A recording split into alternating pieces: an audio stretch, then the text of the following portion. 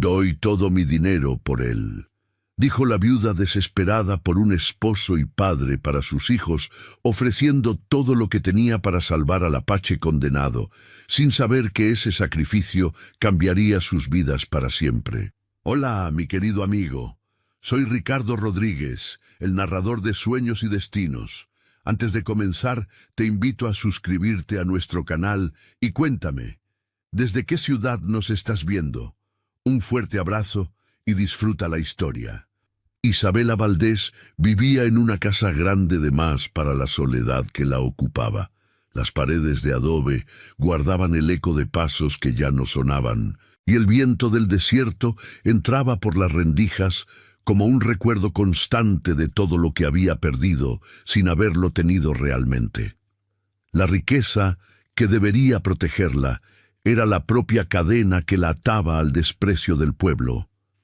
Había heredado tierras, ganado y una cuenta respetable en el banco de Tucson, pero heredó también la sombra de un marido que, en vida, compró silencios con monedas y repartió miedo con amenazas.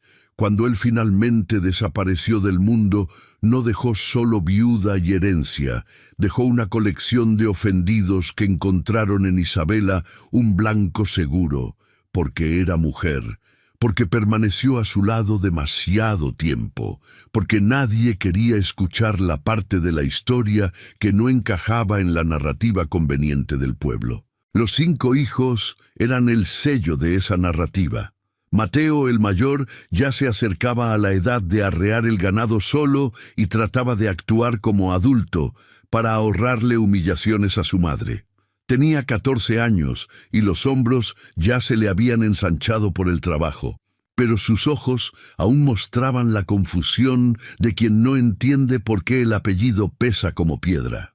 Luz, atenta y desconfiada, había aprendido a percibir cuando una mirada venía cargada de maldad. A sus 12 años sabía callar y observar, guardar cada insulto como quien guarda evidencia para un juicio que nadie celebraría. Tomás, inquieto, quería probar que no era el reflejo del padre y se metía en peleas para defender el apellido, aunque cada golpe que daba solo confirmaba en el pueblo lo que ya creían, que la violencia corría en la sangre Valdés. Pilar, todavía niña, evitaba la plaza para no oír el apodo que pegaban a la familia. Diego, el pequeño, no entendía por qué los adultos se santiguaban al verlos pasar. Las semejanzas físicas con el padre eran innegables. Los 5 tenían su misma nariz recta, el cabello oscuro y los ojos que parecían mirar con fiereza, aun cuando solo miraban con cansancio.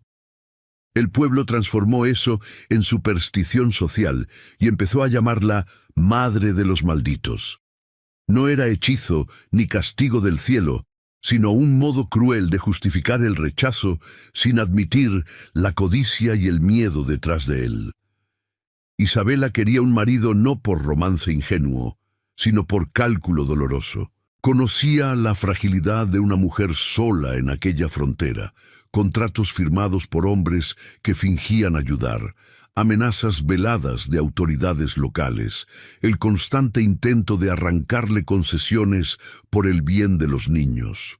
Un matrimonio podría devolverle una apariencia de protección y la oportunidad de que sus hijos crecieran sin ser tratados como herederos de un pecado eterno. Aún así, cada intento terminaba en retroceso. Algunos hombres temían la sombra del difunto, otros solo querían la hacienda y desistían cuando percibían que Isabela no era presa fácil. Había también los que se acercaban por interés y eran alejados por el reverendo de la iglesia, que controlaba reputaciones como quien controla agua en tiempo de sequía. El reverendo Elías Caldwell predicaba moral y obediencia y cobraba caro por ambas. Sugería en sermones y visitas que la casa de Isabela necesitaba orden masculino para que los niños no siguieran el camino del padre. En privado, hacía cuestión de recordar que la iglesia podía influir en decisiones sobre tutela. especialmente si una familia era considerada mala influencia. Isabela tragaba el insulto porque necesitaba mantener a los niños en paz. Al mismo tiempo, aprendía a anotar cada frase, cada exigencia, cada deuda moral que intentaban imponerle. El coronel Silas Mercer, jefe de la pequeña guarnición instalada cerca del pueblo, era el otro polo de poder. Se presentaba como protector contra ataques y desorden, pero cobraba protección en forma de impuestos extras, donaciones forzadas y trabajo gratuito para obras que favorecían solo a sus aliados. Mercer tenía ambición. Quería expandir la ruta de ganado y controlar los valles por donde pasaban caravanas. Las tierras de Isabela, bien ubicadas, eran un punto estratégico. No necesitaba tomarlas por la fuerza, bastaba cercarla con reglas, deudas y miedo. La tensión creció cuando noticias de un grupo apache circulando en los alrededores llegaron al pueblo. Algunos comerciantes perdieron animales, y la culpa cayó entera sobre los salvajes, como si nada allí tuviese historia y motivo. El coronel aprovechó la ansiedad colectiva y pidió más recursos para garantizar seguridad. El reverendo reforzó el discurso de amenaza y pecado, sugiriendo que el pueblo necesitaba un ejemplo para retomar el temor correcto. Isabela percibió que estaban preparando un teatro, y que ella sería llamada a pagar la cuenta. Pocos días después, trajeron a un prisionero amarrado. Era Nantán, un guerrero apache conocido por resistir a las patrullas que invadían senderos tradicionales. No fue capturado en combate abierto. Fue atraído a una falsa negociación por un intermediario que prometió paso seguro. La promesa se volvió trampa y fue entregado a los hombres del coronel a cambio de un perdón que nunca sería escrito de verdad. El pueblo celebró como si hubiera vencido una guerra entera.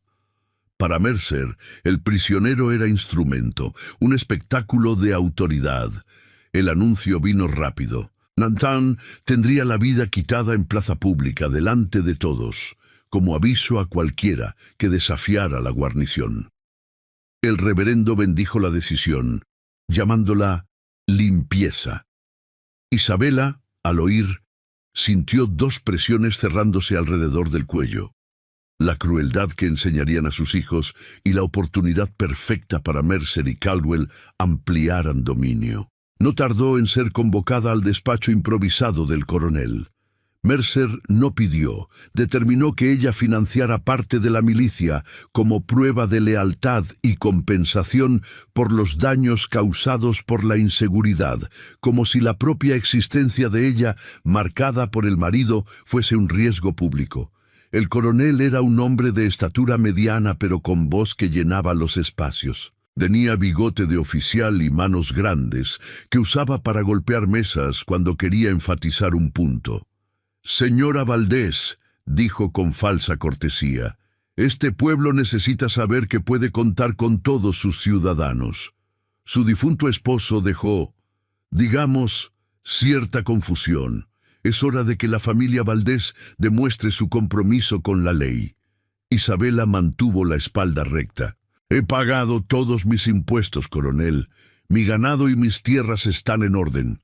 «No hablo de impuestos», interrumpió Mercer, apoyando las manos sobre el escritorio. «Hablo de colaboración activa, demostrar que está del lado correcto». Cuando Isabela titubeó, Caldwell apareció con una alternativa amenazante. El reverendo era un hombre flaco, con ojos claros que parecían ver pecado en todo.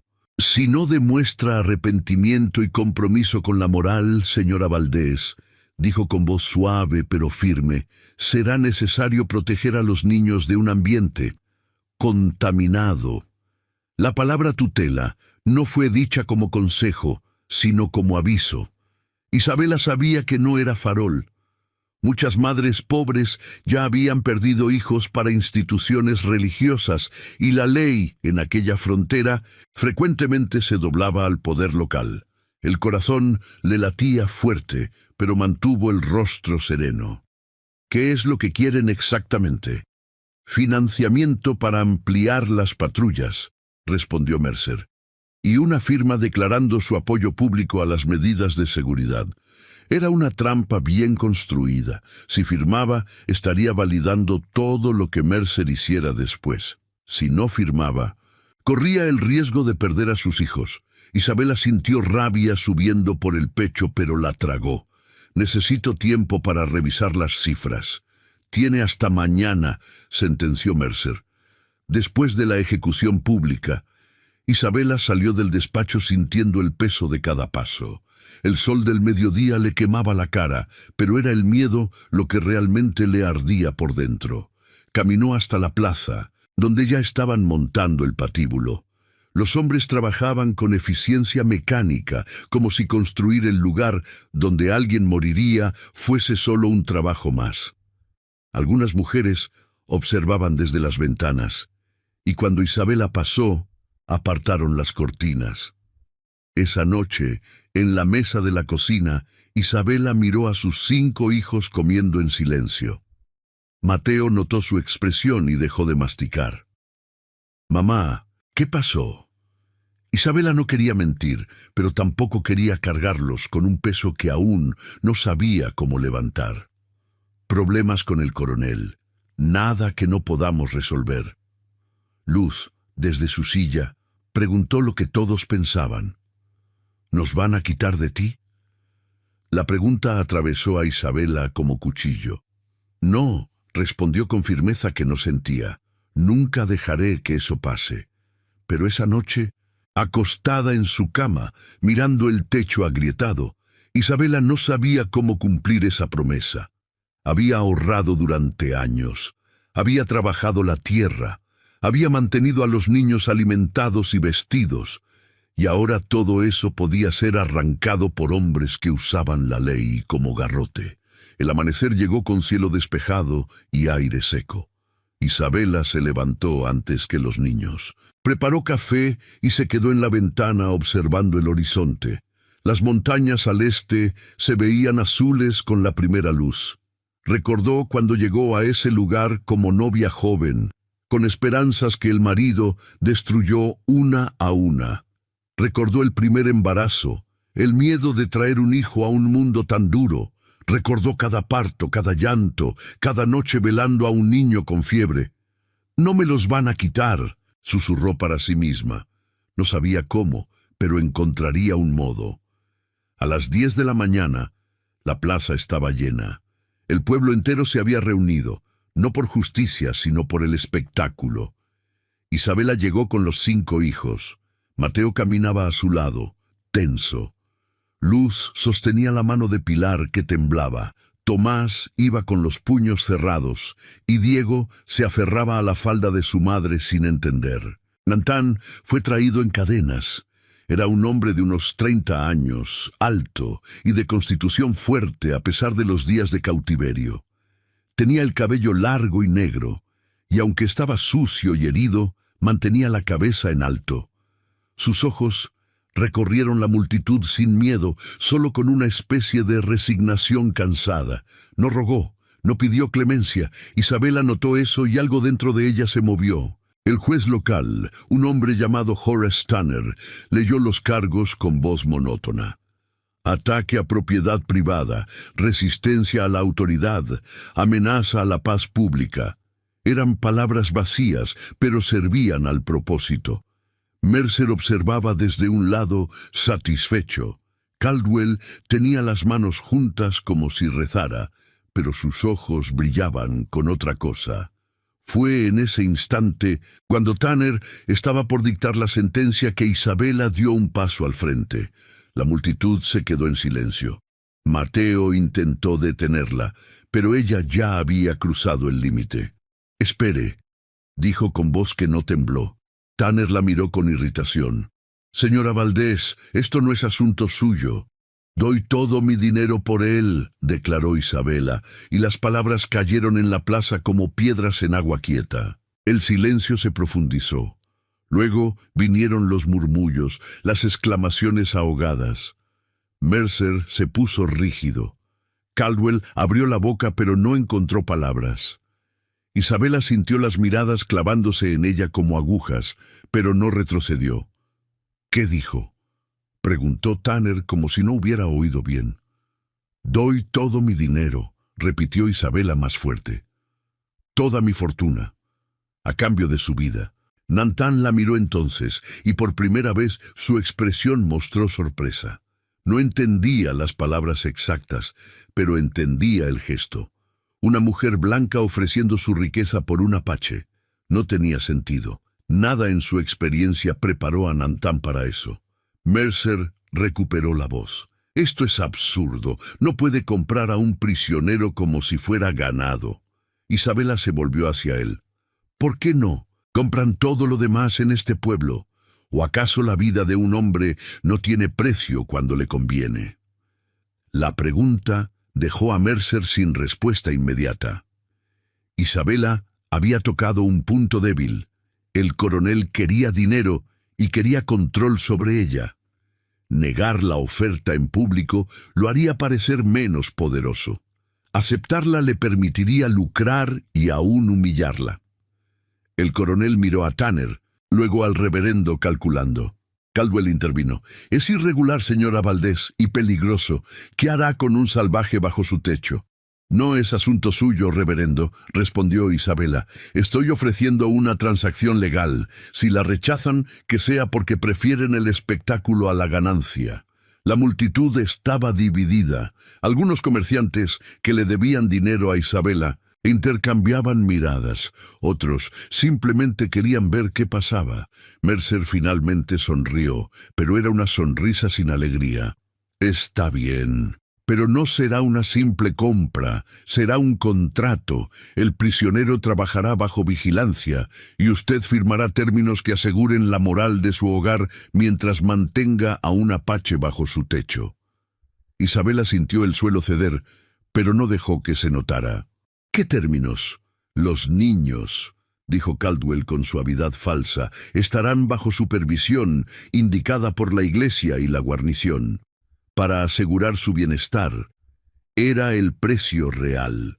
Isabela entendió que estaban usando a Nantan para arrancarle el control de sus hijos. Si aceptaba, estarían vigilados constantemente. Si se negaba allí, podrían quitárselos bajo pretexto de inestabilidad. Miró a Mateo, que negaba con la cabeza. Miró a Luz, que tenía lágrimas en los ojos. Miró a los tres pequeños, que no entendían, pero sentían el miedo. Y miró a Nantan, que esperaba la muerte con dignidad que el pueblo no merecía ver. «Acepto», dijo Isabela, «pero quiero todo por escrito, con testigos». Mercer asintió. «Ramón Salazar levantará el contrato, mañana al mediodía». Isabela salió de la plaza sintiendo que acababa de hacer un trato con el diablo, pero también sabía que acababa de ganar tiempo, y el tiempo en manos de alguien desesperado podía ser arma.